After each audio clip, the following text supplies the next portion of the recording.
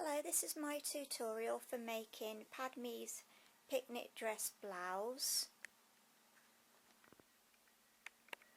I actually made this costume a few years ago, but I've now got the chance to improve it and make it better, so I'm able to go back over and actually do a proper video now.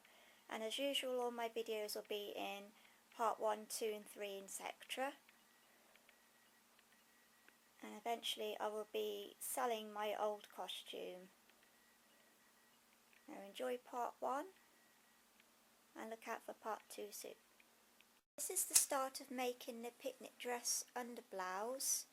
Here I have on the left front section, which is cut on the fold, and to the right here I have the back section, which is cut on the fold. I originally took the pattern pieces from this Simplicity pattern,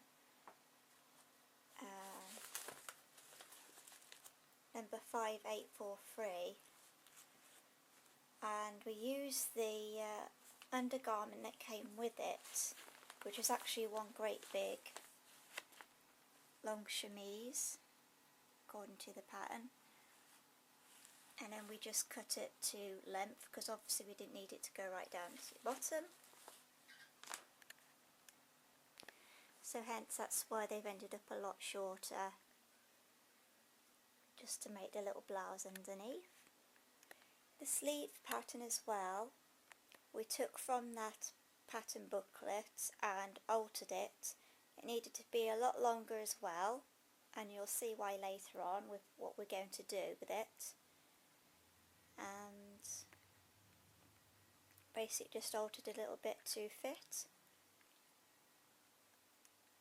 Blouse to be double thickness, so for every outer layer you do, you need an inner layer, because it's kind of like lining your garment. So here I have 2 layers to make one sleeve only, which will be sandwiched together. The next thing to do, if you wish to, is to embroider your skirt. I was also very lucky to get hold of some of these picnic dress sequins from a lady in America. I went on a website called thepadawansguide.com, and a while ago she did like this bulk order thing and she put her email address there, so I emailed her on the off chance. And I was very lucky to get a response, and she said she still had some left for me to buy. Not very big, and there are probably literally hundreds and hundreds in here. She said there's about enough to do 3 dress worths or something like that. On my last skirt I just put paper sequins on, which I punched out of paper. But this time I thought I'd have a go at some chain stitch and actually embroider all the sleeves and the skirt. I'm using this Anchor embroidery thread. The colour I've got is 890, or you can just choose something that you think matches, or whatever your preference is. And if you want some more information on how to do a chain stitch, there's plenty of YouTube videos that show you how to do this. It's ever so easy, just very time consuming. So be warned, folks, and wish me luck. Okay, first when you get your thread, as I showed earlier, it comes in 6 strands, and we need to separate it to just the 2 strands. You can see there. Right, I'm going to show you quickly what I'm doing. Just pulling the thread up from the bottom. Now I'm left-handed, so this might seem a bit awkward to you guys, I don't know, but basically just come up, pull your thread out the way, then go down near where you came up, and leave a space, then come up and still keep holding this thread here with your thumb.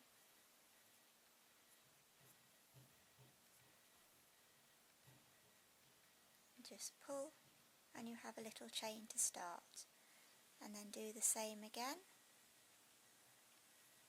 So this time go down through the middle of your other chain, hold that thread out the way again and come up.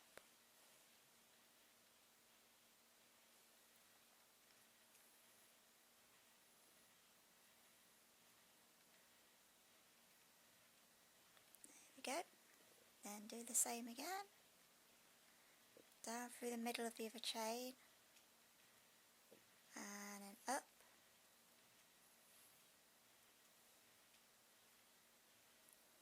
Like so, and it's completely up to you where you want your pattern to go, in which direction, and how much of a pattern you want to do. Okay, hope you can see in this light, but we've now done both sleeves, and this is what it looks like. Just do a random pattern of chain stitch, and every now and then you put a 4-leaf flower in. And you don't need to do all of the front and the back, you only need to do the first few inches, that's about 10 centimetres. And then we've sewn all the seams except for the side seam at the moment, and we've done 2 layers. So this is the bottom layer that will go underneath. This is showing all the seams, but when it's put together you'll put seam to seam and it will become one blouse. We're just having a play around at the moment to see how the sleeve will react when it's actually on. At the moment we've just got the one layer on and it's inside out, as you can see, and this is how long the sleeve is, almost down to the floor. What we want to create are 2 bells, one here. I'll just pull that up a bit. I haven't got it elasticated so it's difficult to see, but we'll create a bell of fabric that comes down halfway down the arm. Then the next bell of fabric will be just below the elbow, and at the moment it's a little bit on the long side. I'll take a little bit off the length and then the rest of it will be taken in at the wrist. So just playing around at the minute. Okay, we now have our 2 blouses. We have the one on the floor here, which I'm running out of room filming, and the other one, the underlayer, is on the settee. And what we have to do now on both the pieces is to sew up the seams on the sleeves and down the sides of the blouse, and the same on the other one as well.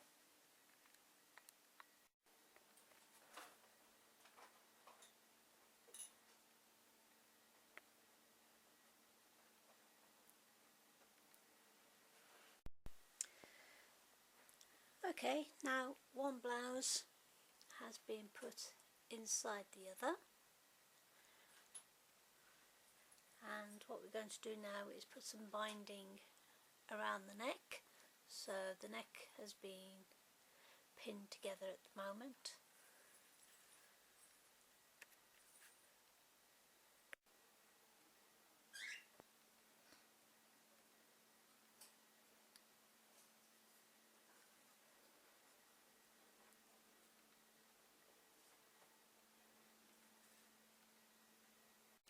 Take a measurement around the top of your shoulders and then cut a piece of bias binding which will be tacked and sewn onto the neck edge.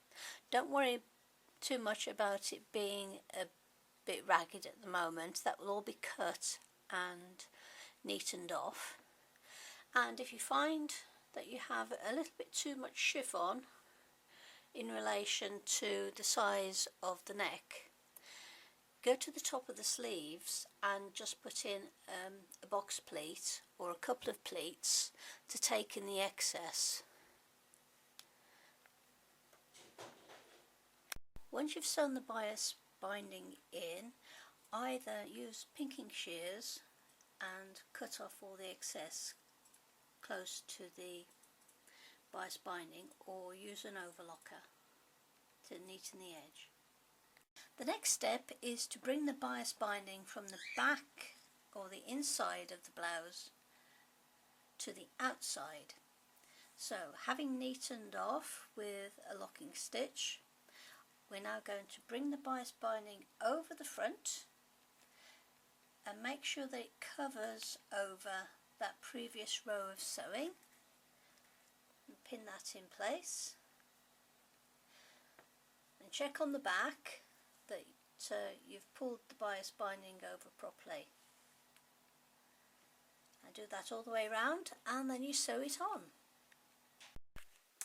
Now we're going to put in some shearing elastic, and I've put on a cording foot, and at the moment it's just waiting to be done. I've threaded the shearing elastic through the front guide and have a bit of excess at the back, and this is inside the sleeve, and this is the side seam, and to make it a bit easier I've pinned the two seams together for now, and I've also put a few pins around keeping the fabric together so it doesn't move.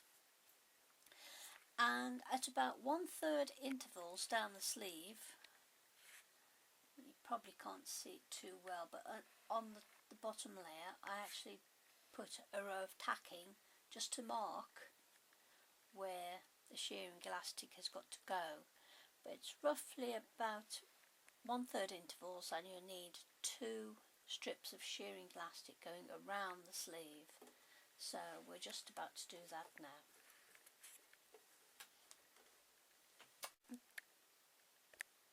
I forgot to say, set your machine to zigzag, and I've got mine at width number 4. You don't need to make it too wide, just enough to hold the elastic down, and as the machine is sewing, try not to pull on the shearing elastic. We want that to be quite loose.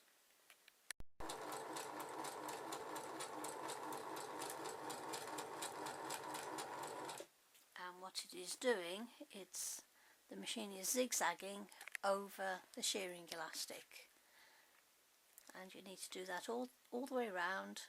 2 pieces of shearing elastic to each sleeve. This is now showing the end of the shearing elastic where it comes together. Try and get them to as level as possible.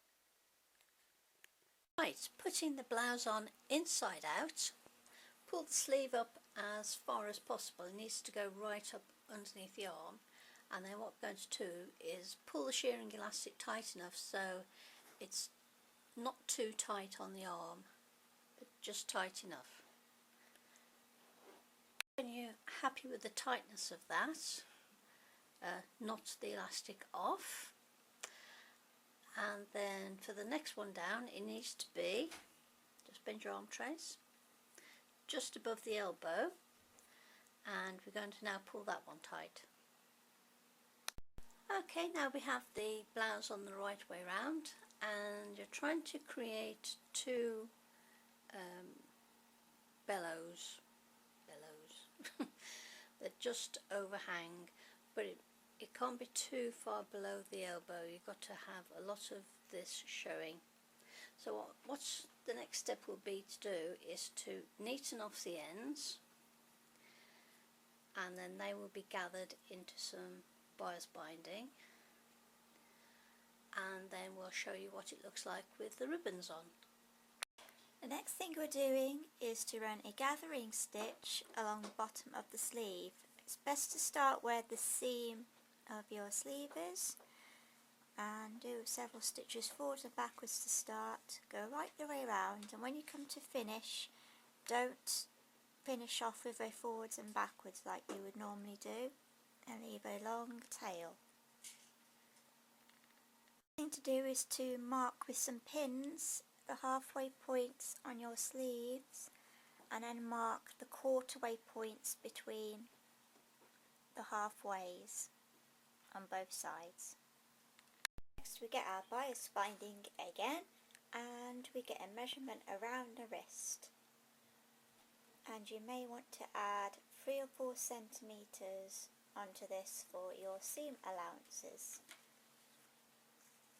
Believe it or not, this actually does go over my hand. And we've got to flatten it down like so, and where that pin is I've got to sew right up there and just create a little seam. Showing this inside out where I've sewn. I've turned this one the right way out. Let's give you a quick look.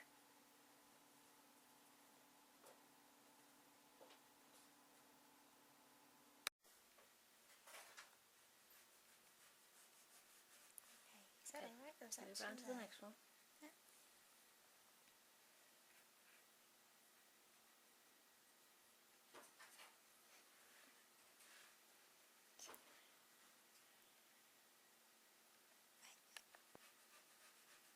Don't worry about that. Just making sure it's flat. It's fine.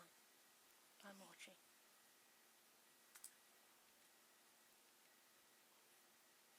Right, find your watermark on your sleeve. There we go.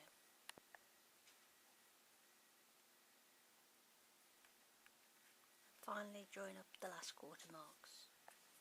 Now, using the same technique as you would when you put a band into a gathered skirt, you're going to pull on the gathering stitch that you left, and then you're going to gather the sleeve between the marks all the way round. As you can see, all the sleeve now is gathered into the bias binding. So what you're going to do now is tack and then sew where the first line crease is on your bias binding near the top. Okay, working now from the inside of the sleeve, pull the bias binding over and pin that down to the inside of the sleeve, ready for tacking and hand sewing to the inside. And that's what the outside will look like. Now we've sewn the bias binding to the cuff, this is what it should look like after you've finished.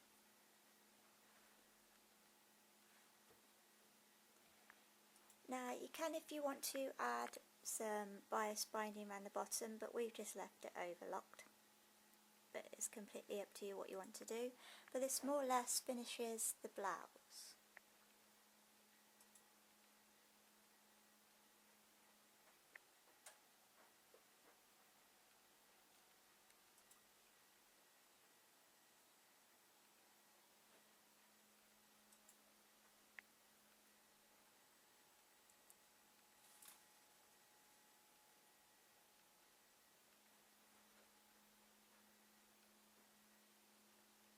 For more information, please visit my website www.tracyscostumingworld.weebly.com, and on there you'll find lots of photographs and written tutorials as well.